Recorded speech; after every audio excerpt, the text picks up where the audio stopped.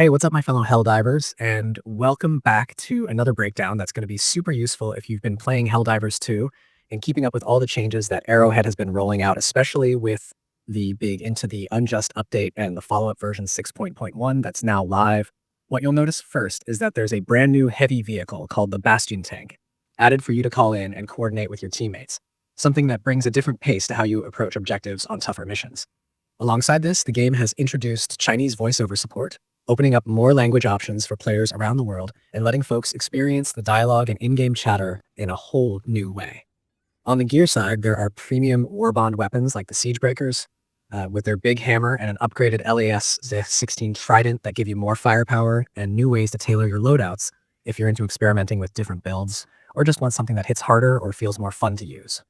And those warbonds are stacked with additional store items and cosmetics in the Superstore, so you can continually customize how you look and play out on the battlefield.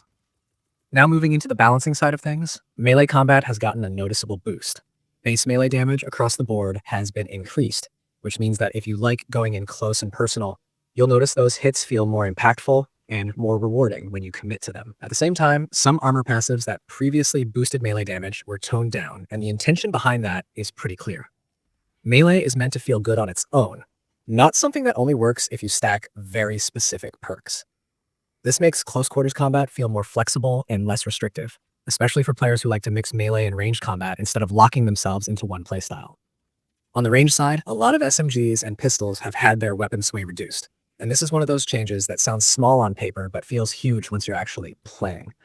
Less sway means better control, smoother tracking, and fewer moments where your aim feels like it's fighting against you, especially during chaotic encounters where enemies are swarming from multiple directions. Control consistency was another focus here, with several weapon functions being adjusted so that similar actions now use the same input direction.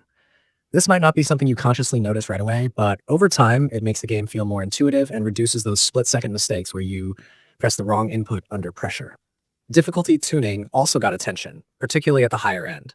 On difficulty 9 and above, automatons are now more accurate and dangerous, which raises the stakes and forces squads to coordinate better instead of relying on brute force alone. Meanwhile, Terminids and other factions didn't see the same level of scaling changes, helping to keep each enemy type feeling distinct rather than uniformly punishing across the board. Specific enemy tweaks were made too, like adjustments to certain flame attacks that reduce their direct damage, making those encounters feel a bit fairer without removing the threat entirely. One of the biggest behind-the-scenes improvements in this update is stability. PC players in particular will notice the introduction of a hang detection system. If the game freezes for an extended period, it will now force a crash in order to generate a crash report that helps the developers pinpoint what went wrong.